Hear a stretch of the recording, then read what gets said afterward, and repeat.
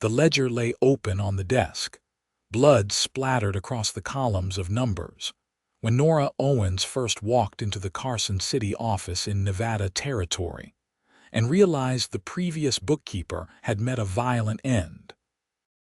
It was spring of 1874, and the Silver Creek Ranch needed someone desperate enough to take a job where the last employee had been murdered. And Nora was exactly that desperate. She had arrived in Carson City 3 days earlier with nothing but a carpetbag, a sharp mind for numbers, and a determination to never return to San Francisco, where her father's gambling debts had nearly forced her into a marriage with a man 3 times her age. At 22 years old, Nora had chosen poverty and uncertainty over that fate. The advertisement for a ranch bookkeeper had seemed like providence, even if the hastily scrawled notice had an air of desperation about it. The ranch foreman, a grizzled man named Hank who smelled of tobacco and leather, had explained the situation bluntly. Last bookkeeper got caught skimming. Owner found out, confronted him, and the fool pulled a gun. Didn't end well for him. Hank had gestured at the dried blood. Owner is willing to pay double the usual rate for someone honest. You interested? Nora had needed the money too badly to refuse. She spent that first day cleaning the blood from the desk, organizing the chaos of papers, and beginning to understand just how badly the ranch's finances had been mismanaged. The Silver Creek Ranch was substantial, running cattle across thousands of acres of Nevada rangeland, but someone had been bleeding it dry through careful manipulation of the books. The previous bookkeeper had not been the only one stealing. She worked through the afternoon, her fingers stained with ink as she traced transaction after transaction, building a picture of systematic theft. Someone had been selling cattle and pocketing the proceeds, altering the counts, and covering their tracks with false expenses. As the sun began to set, casting orange light through the dusty window, Nora heard boots on the wooden steps outside. The man who entered was not what she expected. Ranch owners in her imagination were older men, weathered and rough. Dominic Pierce was perhaps 30, tall and lean with dark hair that needed cutting and eyes the color of a winter sky. He moved with the easy confidence of someone who had spent his life in the saddle, but there was something else in his bearing, a weariness that went deeper than physical exhaustion. "You must be Miss Owens," he said, removing his hat. His voice was low and pleasant, with a slight drawl that spoke of time spent in Texas. "Hank said you started today. I apologize for not being here to greet you properly. We had trouble with rustlers up in the north pasture." "Mr. Pierce," Nora said, standing and smoothing her skirts. "I appreciate the opportunity. I have to tell you, though, that your books are in terrible shape. It will take me weeks to sort through all of this." Something flickered in his expression, quickly hidden. "I know. That's why I need someone I can trust. Hank vouched for you. Said you came with references from a bank in San Francisco." The references had been legitimate, at least. Nora had worked for Pacific Trust for 3 years before her father's debts had made her position there untenable. "I am honest, Mr. Pierce. I will not steal from you, and I will find out who has been." "Already found something." His attention sharpened. "Found many things. Your previous bookkeeper was not the only thief. Someone has been altering cattle counts and sale records for at least 2 years, possibly longer. I will need access to all your ranch records, including branding logs and sale receipts going back as far as you have them." Dominic set his hat on a chair and moved closer to the desk, studying the papers she had organized. He smelled of horses, leather, and the clean scent of sage from the rangeland. 2 years. That is before Jenkins started keeping the books. Exactly, which means someone else is involved, someone who has been here longer. Nora pulled out a sheet where she had been making notes. Your cattle counts have been decreasing steadily, but the rate of natural loss and documented sales does not account for the decline. Someone is moving animals without recording it. One of my men, Dominic said quietly. It was not a question. Almost certainly. Someone with enough authority to move cattle and access to these records. She hesitated, then added, I am sorry. I know these men work for you. He was quiet for a moment, studying the numbers. When he looked up, there was a hardness in his eyes that made her realize he was not a man to cross. Find out who. I will handle it from there. In the meantime, I will move your accommodations. You are going to stay at the boarding house in town, yes. That was the arrangement. It is too far. If you are working with sensitive information, I want you where I can protect you. There is a small house on the property, separate from the main house and the bunkhouse. It was built for my sister before she married and moved to Sacramento. You will stay there. It was presumptuous, but also practical, and something in his manner made her feel safer rather than threatened. That would be acceptable, thank you. I will have Hank move your things from town. For now, come up to the main house for supper. You have been working all day, and my cook will be insulted if I let you go hungry. He smiled then, a quick flash that transformed his face from harsh to handsome. Besides, I want to hear more about what you have found. If someone is stealing from me, I need to know how much and how long. Nora found herself returning the smile despite her usual reserve with strangers. There was something direct and honest about Dominic Pierce that appealed to her. He seemed like a man who valued truth, even when it was uncomfortable. Let me gather these papers. I do not want to leave them unsecured. Smart, he approved. Bring them. We can work through supper if needed. The main ranch house was larger than she expected. A sprawling adobe structure with a wide porch and views across the valley. The interior was surprisingly comfortable, furnished with solid handmade pieces and Navajo rugs that added warmth to the plastered walls. The cook, a Mexican woman named Rosa, greeted Dominic with obvious affection and eyed Nora with friendly curiosity. Over a meal of beef stew, fresh bread, and apple pie, Nora laid out what she had discovered. Dominic listened intently, asking sharp questions that showed he understood both ranching and finances better than many owners would. He had not simply inherited this land, she realized. He had built this operation through hard work and intelligence. The timing fits, he said when she finished explaining. 2 years ago, I was gone for 6 months dealing with my father's estate in Texas. My foreman then, a man named Curtis, was in charge. When I came back, Curtis had left suddenly, said he wanted to start his own place further north. But he was here long enough to set up a system, Nora said. If he recruited someone still working here, they could have continued after he left. Damn. Dominic pushed his plate away, appetite clearly gone. I have 8 men working full-time, plus seasonal help during roundup and drives. Any of them could be involved. Not just anyone. It would need to be someone with authority to move cattle and access to the office. Your current foreman, or perhaps one of the senior hands. The look on his face was bleak. Hank has been with me since I bought this place 5 years ago. Before that, we rode together in Texas. I would trust him with my life. Then we look at the others, Nora said gently. She understood loyalty, but she also understood that trust misplaced could be devastating. They worked through the evening, Dominic pulling out old records and branding logs while Nora cross-referenced them against her findings. Gradually, a pattern emerged. The thefts had been clever, never taking too much at once, always covered by plausible explanations. Cattle lost to disease. A smaller than expected calf crop. Sales recorded at slightly lower prices than market rates, with the difference pocketed. It was nearly midnight when Dominic finally leaned back in his chair, rubbing his eyes. "You have a gift for this. Most people would not have seen the pattern."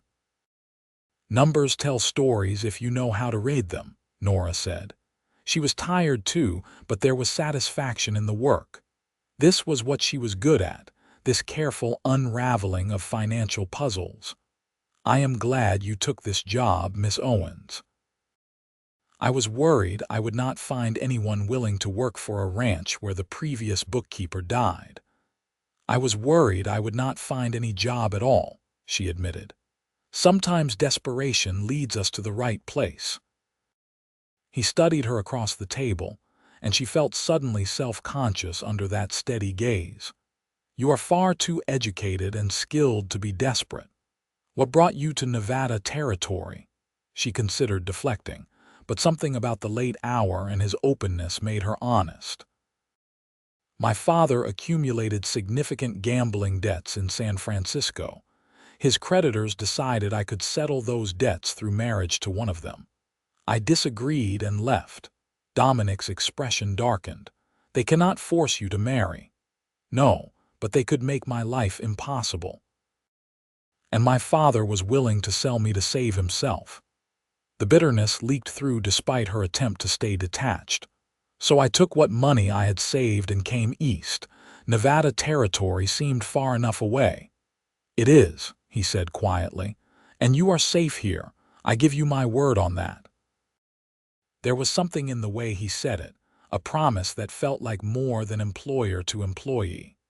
Nora felt warmth spread through her chest, a feeling she had not experienced in longer than she could remember.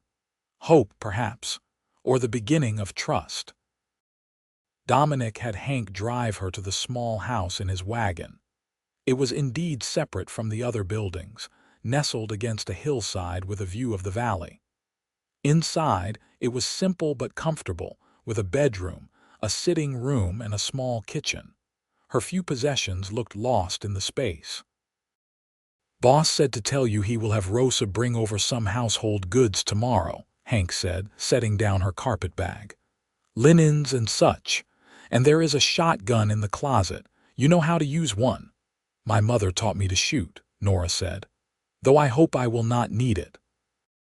"Probably will not, but better to have it." Hank paused at the door. "You seem like a decent sort, Miss Owens. The boss, he is a good man, had some hard times, but he is fair and honest. You can trust him." After he left, Nora stood in the doorway looking out at the darkened valley. The stars were brilliant here, away from city lights, and the air smelled of sage and juniper. It was so different from San Francisco, from everything she had known. But standing there, she felt something settle in her chest. This could be home, perhaps. This strange, wild place where the previous bookkeeper had been killed and someone was stealing cattle, and a man with winter sky eyes promised safety. She slept better than she had in months. The next 3 weeks passed in a blur of work. Nora spent her days in the office, systematically working through years of records. She created new ledgers, organized files, and slowly built an accurate picture of the ranch's true financial state. The news was both good and bad. The Silver Creek Ranch was fundamentally sound, with good land and healthy herds. But the theft had cost tens of thousands of dollars, a staggering amount that would have eventually bankrupted the operation. Dominic stopped by the office every evening after finishing his work. Sometimes he brought questions about specific transactions. Other times he simply sat and talked while she worked, telling her about the ranch, about growing up in Texas, about his dreams for Silver Creek. Nora found herself looking forward to those visits, to the sound of his voice and the easy companionship that was developing between them. She learned that he had bought the ranch 5 years earlier, with money saved from years of working cattle drives. That his father had been a rancher who lost everything in the war, that he had a younger sister in Sacramento and a mother who had died when he was 16. He was thoughtful and ambitious, but also kind.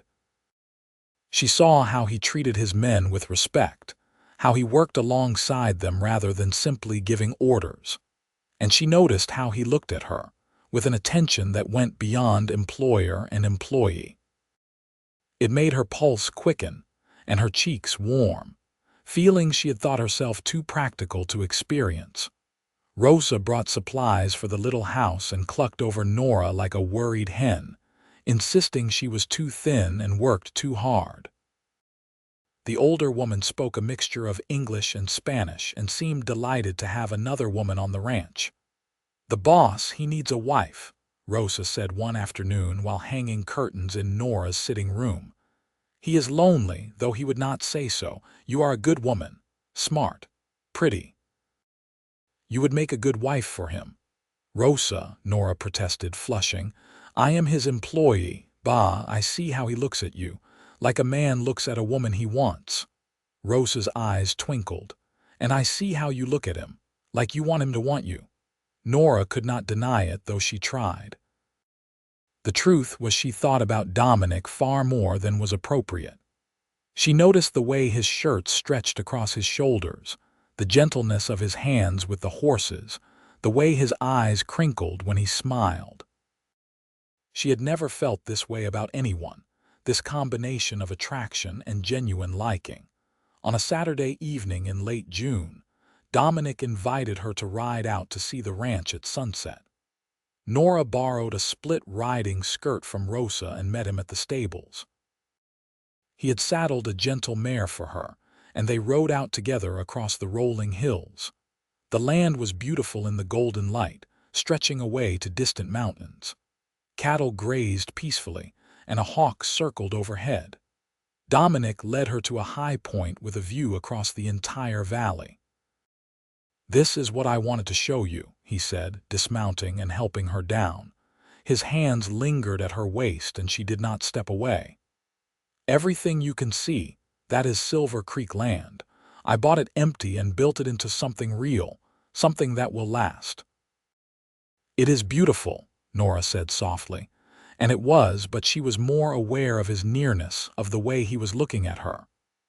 "I want you to understand what this place means to me," Dominic said, "because I need to ask you something, and I want you to know the whole truth first." Her heart was beating fast. "What truth?" "That I am in debt up to my neck to the bank in Carson City, that the money your thief stole nearly ruined me, that I am one bad season away from losing everything." He took a breath.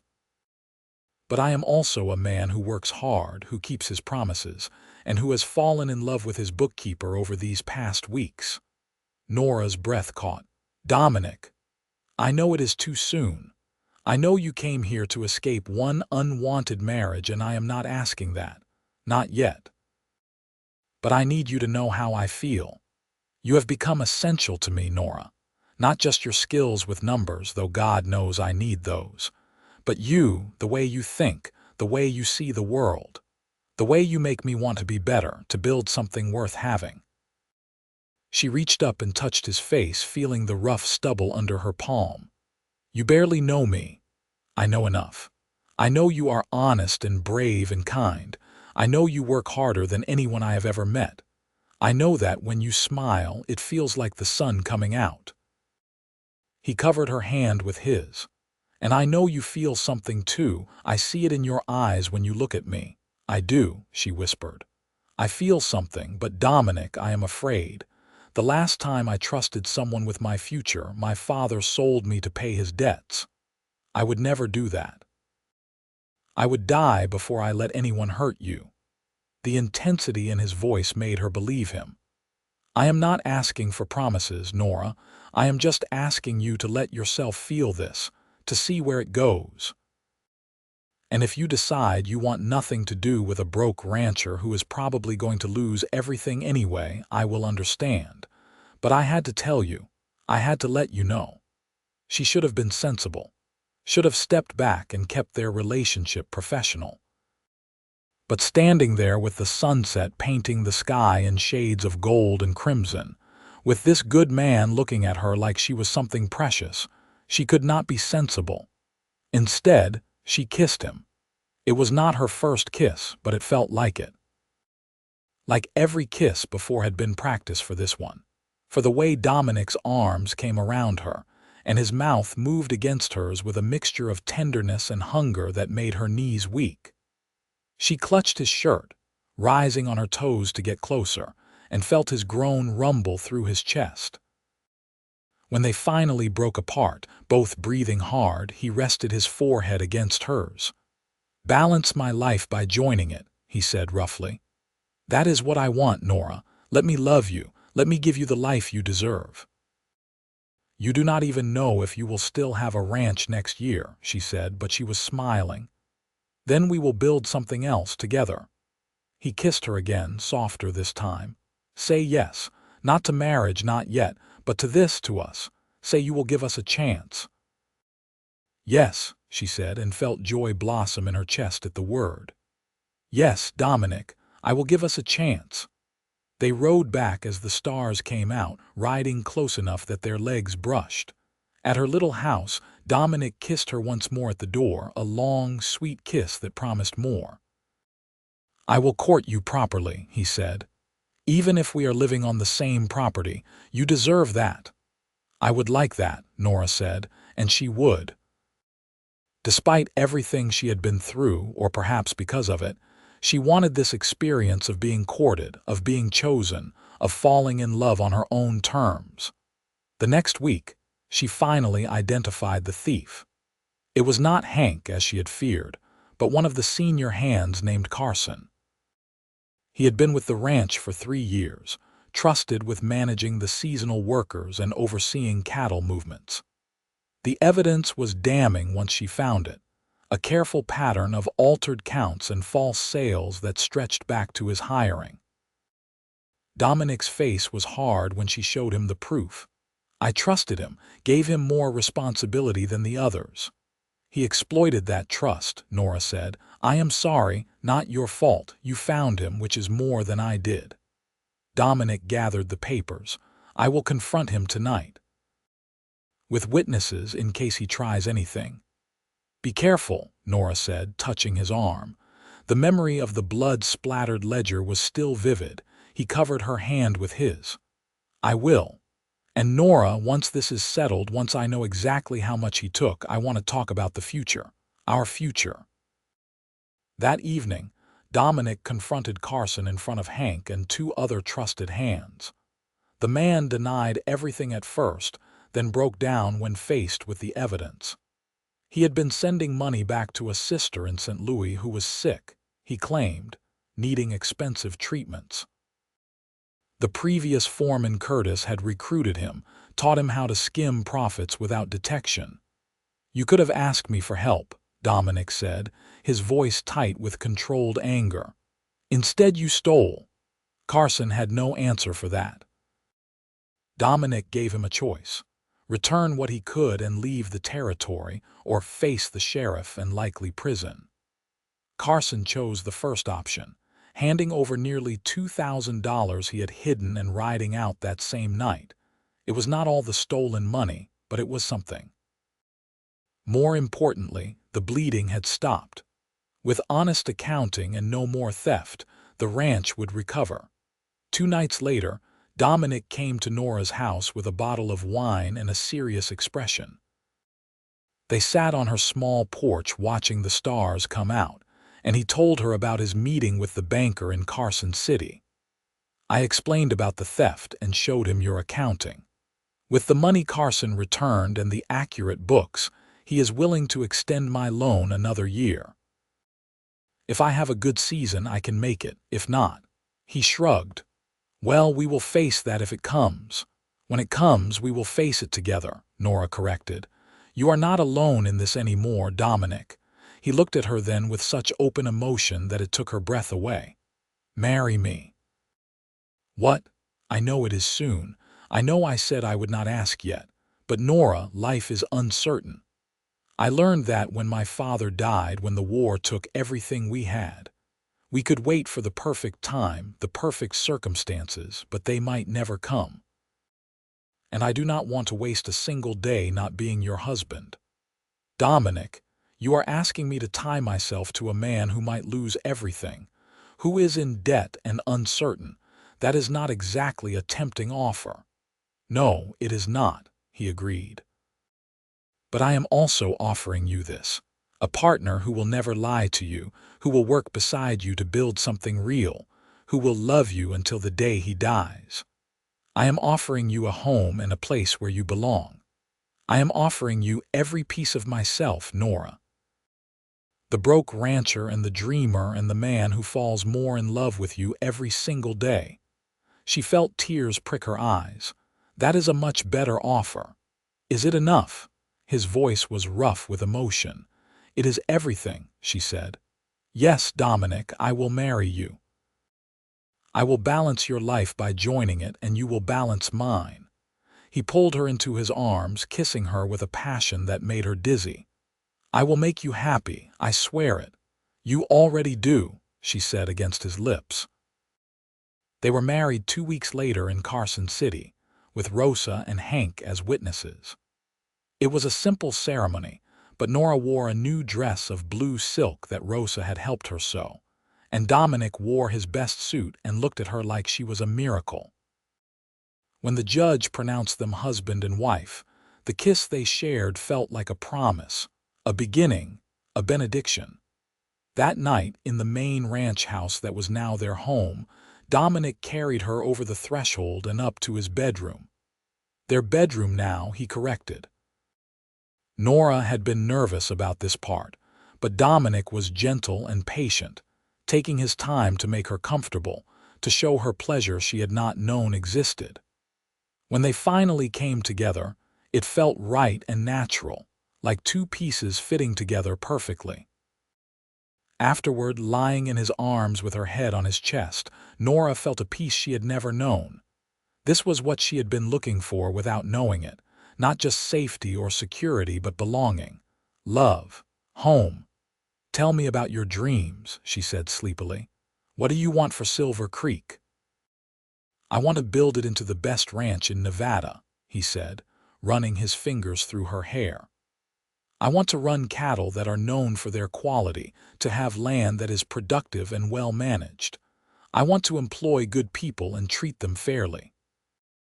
I want to build something our children can inherit, something that will last." "Children," she said, smiling in the darkness. "Is that all right? I know we have not talked about it. It is all right. I want children too. A whole house full of them, maybe." She tilted her head to look at him. "Though we should probably make sure we can keep the ranch first." "We will," he said with confidence. "With you managing the finances and me managing the land, we cannot fail. We are a team, Nora, partners in everything." And they were. Over the next year, Nora transformed the ranch's accounting system. She implemented controls to prevent future theft, negotiated better prices with buyers, and found ways to cut unnecessary expenses. Dominic worked the land with a dedication that inspired his men, and slowly, painfully, the ranch began to turn a profit. It was not easy. There were weeks when Nora lay awake at night doing calculations, figuring out how to stretch money to cover expenses. There were times when Dominic came home exhausted and discouraged, and she had to be the one with hope and determination. But they faced each challenge together, and somehow that made even the difficult times bearable. In the spring of 1875, exactly a year after Nora first arrived at Silver Creek, she discovered she was pregnant. She told Dominic over dinner, watching his face transform from confusion to wonder to pure joy. "A baby," he said, coming around the table to pull her into his arms. "We are having a baby in late fall, I think. Are you happy?" "Happy." He laughed and spun her around, then immediately set her down carefully. "I am terrified and thrilled and so damn happy I could burst. A baby, Nora, our baby." Their son was born in November, a healthy boy with his father's dark hair and his mother's eyes. They named him Daniel, and Dominic cried when he held his son for the first time. Nora watched them together, her heart so full it ached, and thought about how much her life had changed in 18 months. From desperate and alone in San Francisco to loved and secure on a Nevada ranch. From bookkeeper to wife to mother. The ranch continued to prosper. Dominic bought more land, expanded the herds, and earned a reputation for running a fair and honest operation. Nora managed the finances with skill that became known throughout the territory, and other ranchers sometimes came to her for advice. They made a formidable team. 2 years after Daniel was born, they had a daughter they named Sarah. She had Dominic's smile and Nora's sharp mind, and from the moment she could walk, she was following her father around the ranch, determined to learn everything. 2 years after that came another son, Michael, who was quieter than his siblings but no less loved. On a summer evening in 1880, 6 years after Nora first arrived at Silver Creek, she and Dominic sat on the porch of their home watching their children play in the yard. Daniel was 7 now, teaching 5-year-old Sarah how to throw a rope while 3-year-old Michael toddled after them. "You remember when I first asked you to balance my life by joining it?" Dominic said, reaching over to take her hand. "I remember everything about that day," Nora said. "The sunset, the way you looked at me, the feeling that my life was about to change completely." "Mine did change completely. You changed it. You saved this ranch, saved me." He brought her hand to his lips. "I love you more now than I did then, which I would not have thought possible." "I love you too," Nora said. "You gave me a home when I had none, a family when I thought I had lost that possibility. You gave me purpose and partnership and love. You gave me everything." They sat in comfortable silence, watching the sky turn colors and their children play. The ranch was thriving now, debts paid and profits steady.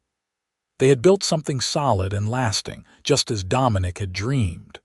But more than the financial success, more than the land and cattle and buildings, they had built a life together. A partnership based on trust and respect and deep, abiding love. "What are you thinking about?" Dominic asked. "About ledgers," Nora said with a smile. "About how I came here to balance your ranch accounts and ended up balancing so much more. My life, your life, our life together. Everything found its proper place. The bookkeeper who balanced everything," Dominic said. "That should be your title. I prefer wife and mother and partner." She squeezed his hand. "Those are the balances that matter most." As the stars began to appear in the darkening sky, Rosa called from inside that dinner was ready. The children came running, all noise and energy, and Dominic swept Michael up into his arms while Daniel and Sarah raced for the door. Nora followed more slowly, savoring the moment, the sounds of family and home. Inside, the house was warm and bright, filled with laughter and the smell of Rosa's cooking. They gathered around the table, the children chattering about their day while Dominic carved the roast. Nora looked around at her family, at this life she had built from desperation and determination and love, and felt gratitude well up inside her. After dinner, when the children were in bed and the house was quiet, Dominic found her in the office going over the monthly accounts. "Still working?" he asked, just finishing up. "We had a very good month." She showed him the figures, pleased with how far they had come. "Because of you," he said, pulling her up from the chair. "Dance with me." "There is no music. We do not need music." He began to hum, some tune she did not recognize, and waltzed her around the small office. Nora laughed and let him lead, her head against his shoulder, moving to the rhythm of his humming. "I am glad I was desperate enough to take a job where the previous bookkeeper died," she said. "I am glad I was desperate enough to hire someone sight unseen." He kissed her temple. "Best decision I ever made." They swayed together in the lamplight, holding each other close, two people who had found balance in each other. Outside, the Nevada night was vast and starry, full of possibility. Inside, there was warmth and love and the life they had built together, ledger by ledger, day by day, choice by choice. Years continued to pass at Silver Creek Ranch, each one building on the last. The children grew, and Nora and Dominic grew with them, learning to be parents while still being partners. They faced challenges, inevitable in ranching and life. There were droughts that made water scarce and grass sparse. There were harsh winters that tested their herds and their endurance. There were accidents and illnesses and the thousand small crises that make up a life. But they faced everything together. Daniel grew into a serious boy who loved the land as much as his father did. From the time he could sit a horse, he was Dominic's shadow, learning about cattle and grass and water management. He had Nora's gift for numbers too, and by the time he was 10, he was helping her with the ranch accounts, learning to see the patterns in the ledgers. Sarah was wild and fearless, more interested in riding fast across the range than in anything domestic. She could rope and brand as well as any of the hands, and Dominic treated her the same as he would a son, teaching her everything about running the ranch. Nora loved that about him, that he never told their daughter she could not do something because she was a girl. Michael was the gentlest of the three, more interested in books and drawing than in ranching. Nora saw herself in him, the child who loved learning for its own sake. She ordered books from San Francisco, built up a small library, and spent hours with him reading and discussing everything from history to science. In 1883, when Daniel was 11, Sarah 9, and Michael 7, Nora discovered she was pregnant again. It was a surprise, but a welcome one. Their fourth child, another daughter they named Grace, was born in the spring of 1884. She was an easy baby, content and happy, and the older children doted on her. The ranch continued to prosper. Dominic had a gift for breeding cattle, and Silver Creek stock became known throughout Nevada and California for their quality. Other ranchers came to buy bulls and breeding stock, and that became an important part of their income. Nora managed the money carefully, always saving, always planning for the uncertain future that ranching promised. They built a new barn, expanded the bunkhouse, added rooms to the main house. The little house where Nora first lived became quarters for Rosa, who had become as much family as employee. More hands were hired as the operation grew, and Dominic was known as a fair boss who treated his workers with respect. But it was not all about work. Dominic made sure they took time for family, for the moments that made life rich. Sunday dinners that stretched into the evening. Rides out to favorite spots to watch sunsets. Reading aloud in the parlor on winter evenings. Teaching the children to dance.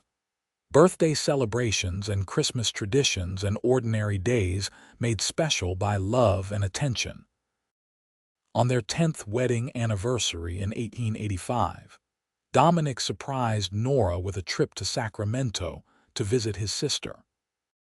It was the first time they had been away from the ranch overnight since their wedding, and Nora felt strange leaving the children even though she knew Rosa and Hank would take good care of them.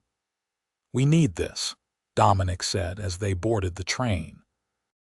"Just us, away from everything, remembering why we fell in love."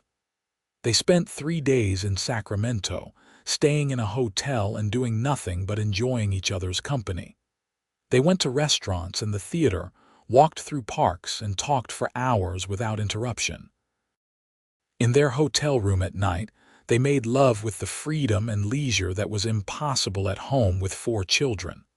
On the last night, lying in bed watching moonlight paint patterns on the ceiling, Nora said, "This has been wonderful, but I miss home.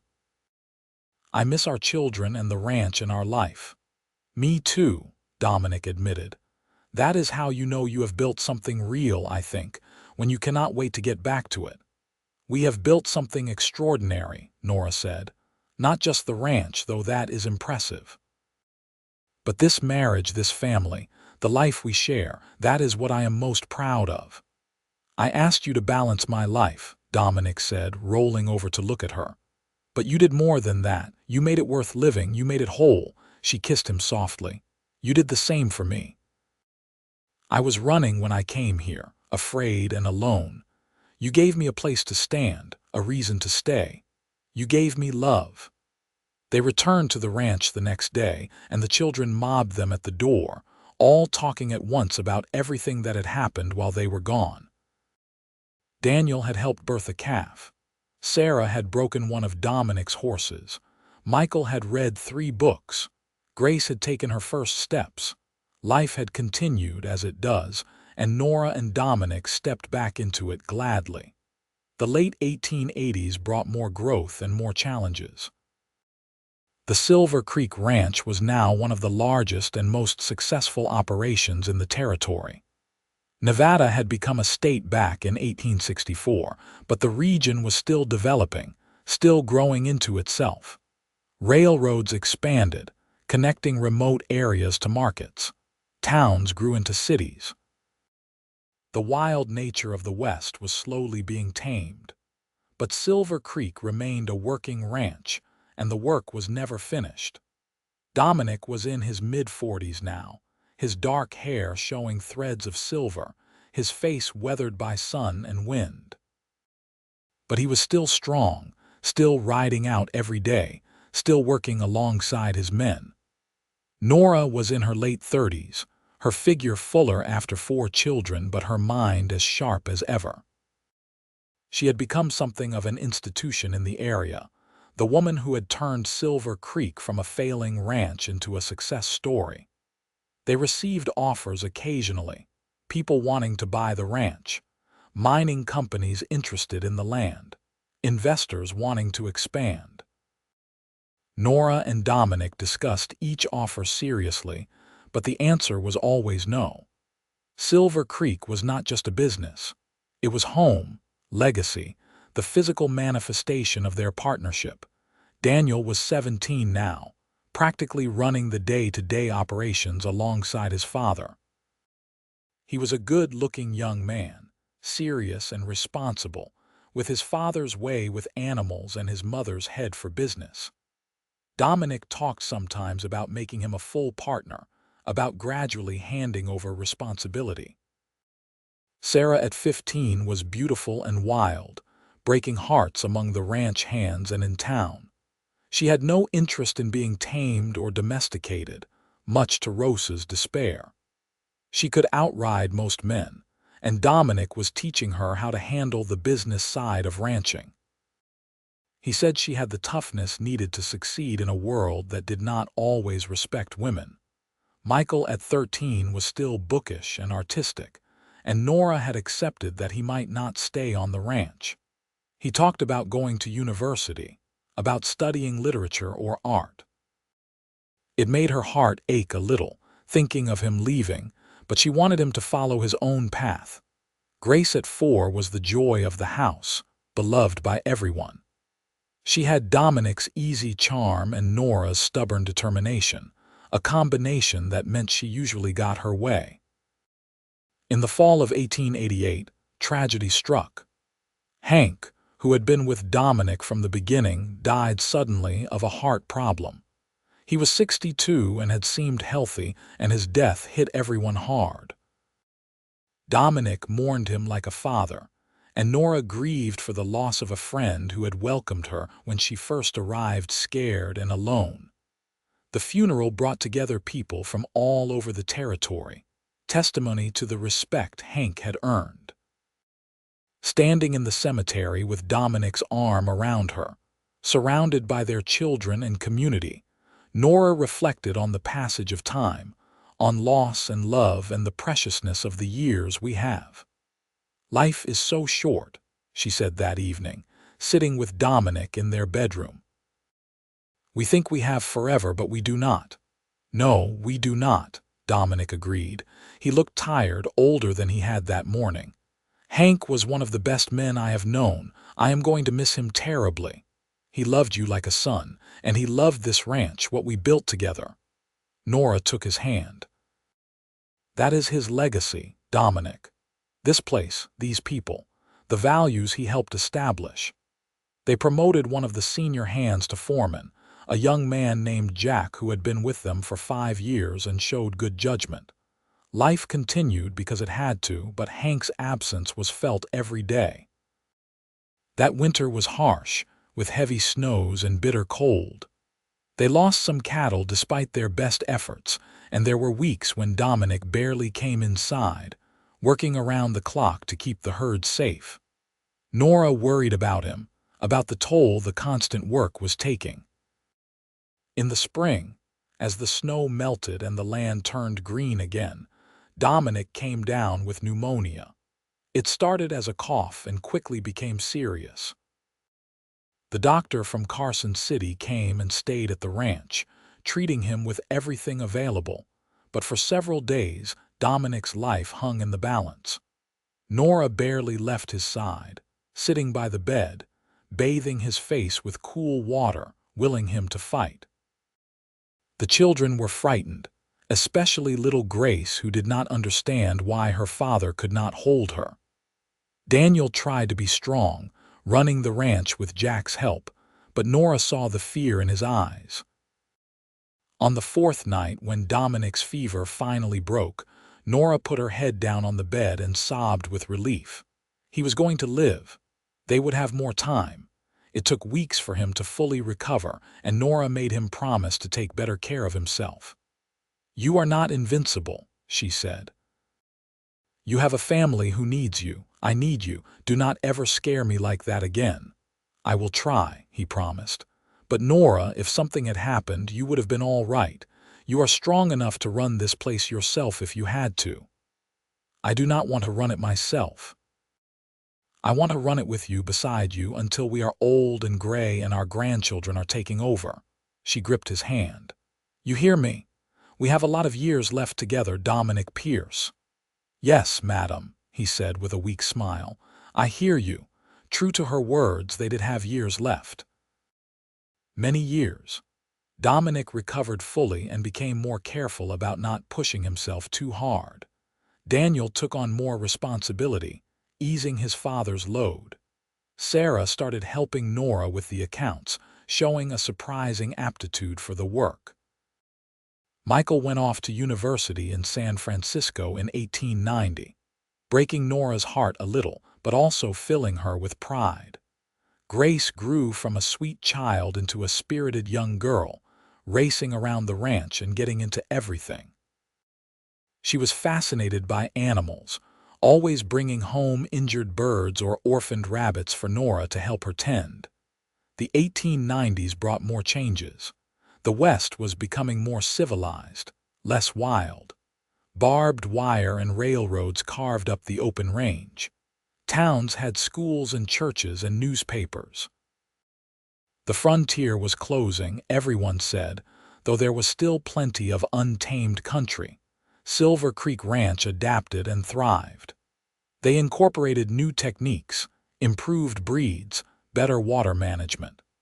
The ranch was now firmly established, profitable, and respected. Dominic and Nora were pillars of the community, called on for advice and support. They donated land for a school, helped fund the church, employed dozens of people. But at the heart of everything was still their partnership, the balance they had found that day when Dominic asked Nora to join his life, and she said yes. They still made all decisions together, still talked through problems and opportunities. They still made time for each other, for quiet evenings and Sunday rides and the 1,000 small intimacies that made a marriage strong. On a spring evening in 1895, their 20th wedding anniversary, Dominic and Nora rode out alone to the spot where he had first told her he loved her. They were both in their 40s now, no longer young but not old either. Still strong, still capable, still in love. 20 years, Nora said, looking out over the land bathed in sunset gold. "It seems impossible. It feels like yesterday and forever at the same time." Best 20 years of my life, Dominic said. You know, I was thinking earlier about that first day you arrived, walking into the office and seeing you standing there, this beautiful woman with ink on her fingers and determination in her eyes. I think I started falling in love with you right then. I was terrified, Nora admitted. Of the job, of the West, of everything. But then you walked in and somehow I felt safer, even though I did not know you, even though I should not have trusted you so quickly.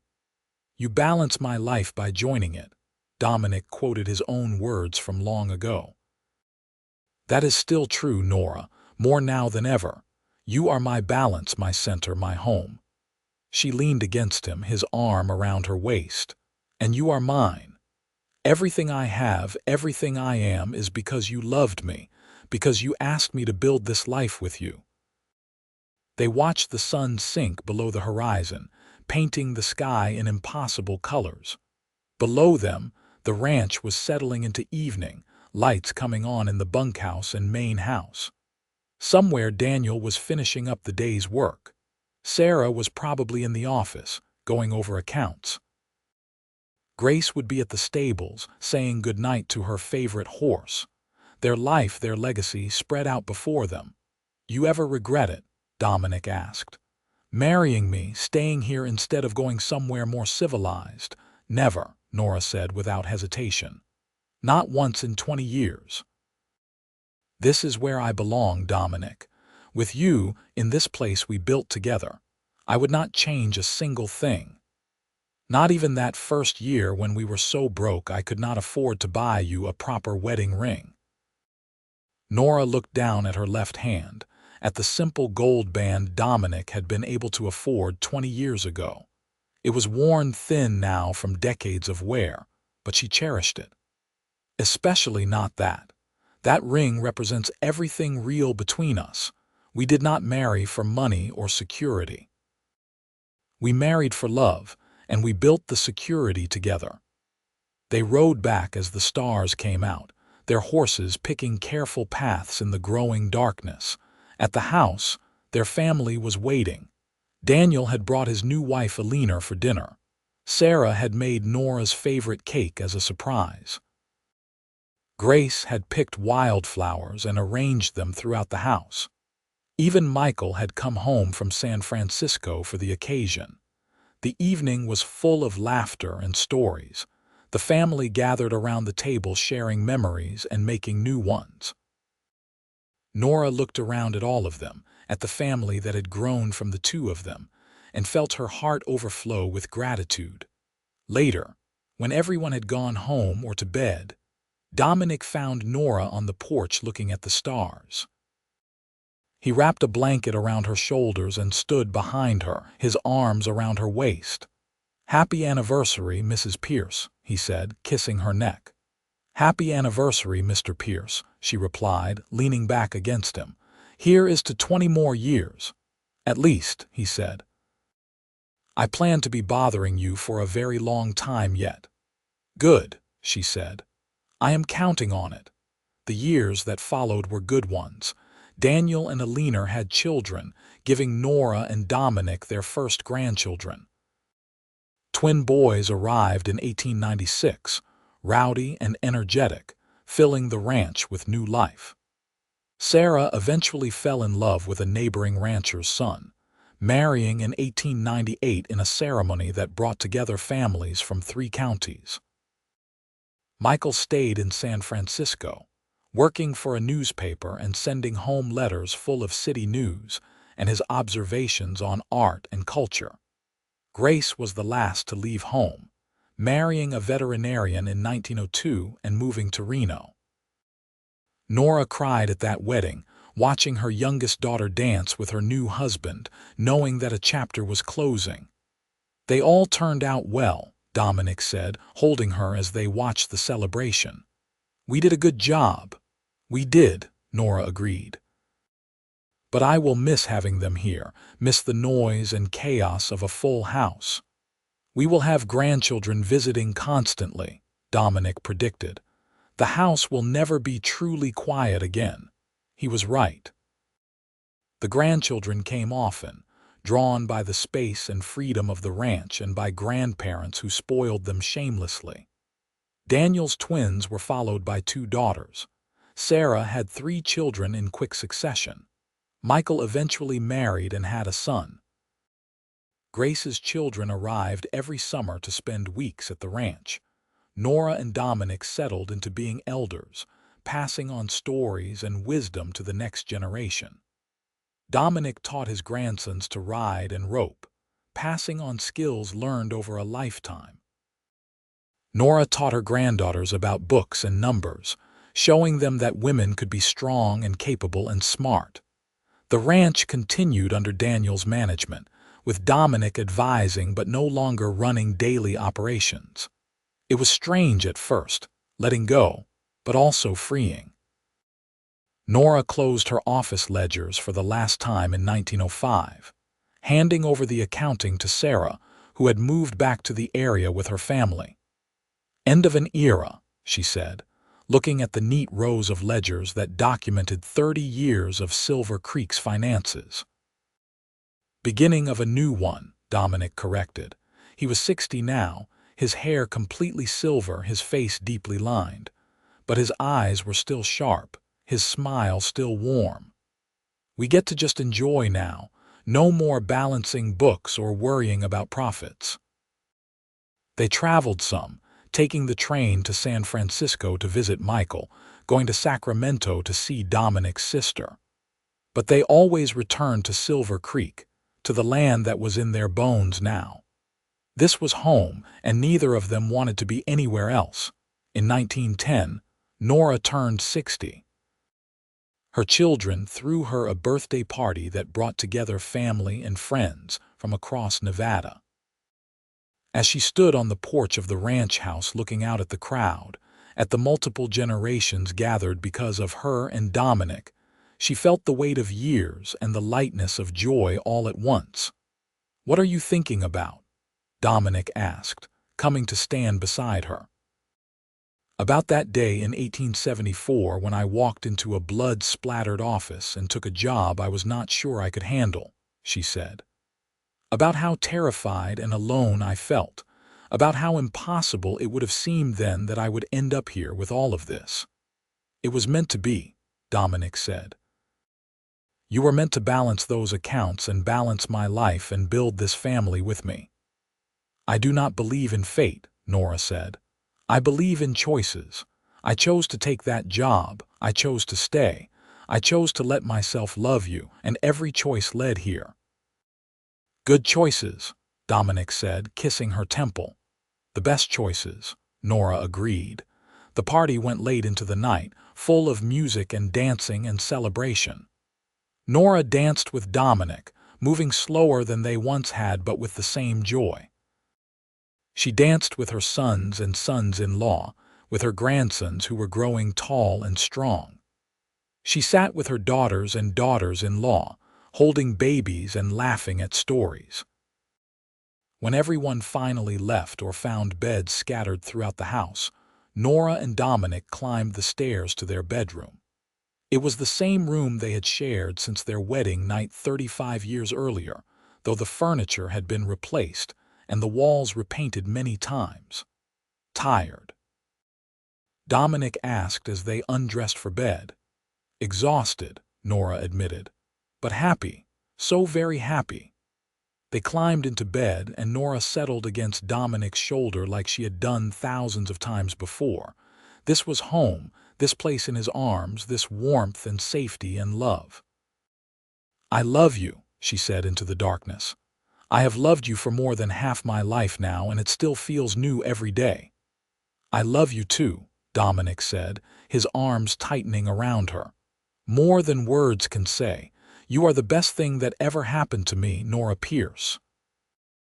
They fell asleep like that, holding each other, two people who had found balance and built a life and created a legacy that would outlast them both. The years continued their steady march. Nora and Dominic grew older, their children matured, their grandchildren multiplied. The ranch passed fully to Daniel, who ran it with the same integrity and care his parents had taught. The 20th century brought automobiles and telephones and electric lights even to remote Nevada ranches. The world was changing faster than ever before, but some things remained constant. The land endured. The cattle grazed. Families gathered around dinner tables and told stories. Love persisted through generations. On a summer evening in 1916, as World War was raging in Europe but had not yet touched America, Nora and Dominic sat on their porch watching the sunset. They were both in their 60s now, slowed by age but still alert and engaged. Their children visited often, and grandchildren were constantly underfoot. The ranch was thriving under Daniel's management. "I have been thinking," Dominic said, breaking a comfortable silence, "about legacy. About what we leave behind." "The ranch," Nora said. "Our children and grandchildren, that is our legacy." "It is more than that," Dominic said. "It is the example we set, that two people from different places, both running from something, could find each other and build all of this. That balance and partnership and love can create something lasting." "You asked me to balance your life by joining it," Nora said, "but we ended up balancing each other. That is the secret, I think. Not that one person fixes the other, but that together you find equilibrium." "We found it," Dominic agreed, "and we have held it for 42 years now." Nora leaned over and kissed him, a sweet kiss that still held the warmth of all their years together. "And we will hold it until the end, however long that is." "However long that is," Dominic echoed. They sat together as the light faded, two people who had loved each other through decades, through challenges and triumphs, through the ordinary and extraordinary moments that made up a life. They had balanced the ranch accounts and their lives and each other. They had built something real and lasting, not just in buildings and herds, but in family and love. As the first stars appeared in the darkening sky, Nora thought about that frightened young woman who had walked into a blood-splattered office 42 years earlier. She wished she could tell that woman that everything would be all right, that the scared feelings would give way to joy, that the desperate gamble would pay off beyond her wildest dreams. But maybe that woman had known, on some level. Maybe she had seen something in Dominic Pierce's winter sky eyes that promised safety and partnership and love. Maybe that was why she had taken the risk, made the choice, stayed and built and loved. "Thank you," Nora said quietly. "For what?" Dominic asked. "For asking me to balance your life. For loving me, for giving me this family, this home, this life." She took his hand. "For everything." "Thank you for saying yes," Dominic replied. "For taking a chance on a broke rancher who was probably going to lose everything. For staying when things were hard, for loving me back." They sat holding hands as the night deepened around them, the lights of the ranch house warm behind them, the vast Nevada landscape spreading out before them. This was their kingdom, built from nothing but determination and love and the balance they had found in each other. Years later, when both Nora and Dominic had passed and their grandchildren were running Silver Creek, stories were still told about them.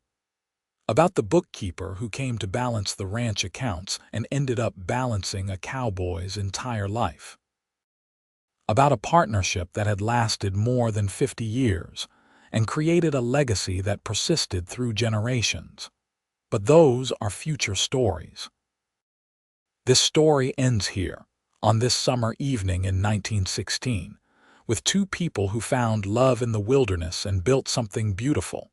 Sitting together watching the stars come out over the land they had made their own. They lived many more years, dying peacefully in their 80s within months of each other, unable to exist long apart. Their funeral brought together hundreds of people whose lives they had touched. The Silver Creek Ranch continues to this day, still owned by their descendants, still operating on the principles of honesty, hard work, and balance that Nora and Dominic established all those years ago. and in the office where Nora first saw that blood-splattered ledger, where she spent so many hours working to save a ranch and found love instead, there hangs a framed photograph. It shows a young man and woman on their wedding day in 1875, looking at each other with expressions of such love and hope that it transcends the faded sepia tones. Below the photograph, a small plaque reads, "The bookkeeper balanced the ranch accounts. A cowboy said balance my life by joining it. She said yes, and together they built a legacy." That legacy was not just the ranch, successful as it was. It was the children and grandchildren and great-grandchildren who carried their values forward. It was the example of a marriage built on partnership and respect and genuine affection. It was the proof that two people from different worlds could create something lasting if they were willing to work together, to balance each other, to love fiercely and faithfully through all the years they were given. Nora and Dominic Pierce lived remarkable ordinary lives, full of the work and joy and challenges that everyone faces. What made them special was how they faced those challenges together, how they built their life with intention and care, how they loved each other through everything. In the end, that is what matters. Not the size of the ranch or the amount of money in the bank, but the depth of love and the strength of partnership. Nora came to Nevada territory desperate and alone, and she found home. Dominic was drowning in debt and theft, and he found salvation. Together, they found balance and built a life that mattered. The story of the bookkeeper and the cowboy became legend in Nevada, told and retold until the details blurred into myth. But at its heart was a simple truth: love and partnership can overcome anything. Two people working together, balancing each other, can accomplish extraordinary things. The Silver Creek Ranch stands as testament to that truth, generation after generation proving that the foundation Nora and Dominic laid was strong enough to last.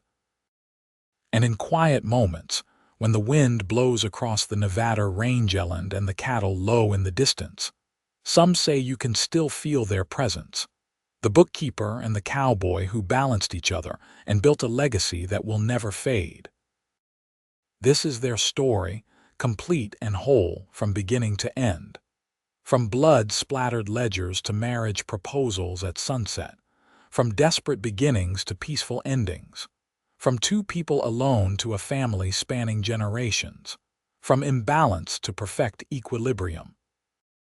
The bookkeeper balanced the ranch accounts. The cowboy asked her to balance his life by joining it. She said yes, and they lived happily ever after, in the truest and most complete sense of those words, building a life and a legacy that proved love conquers all.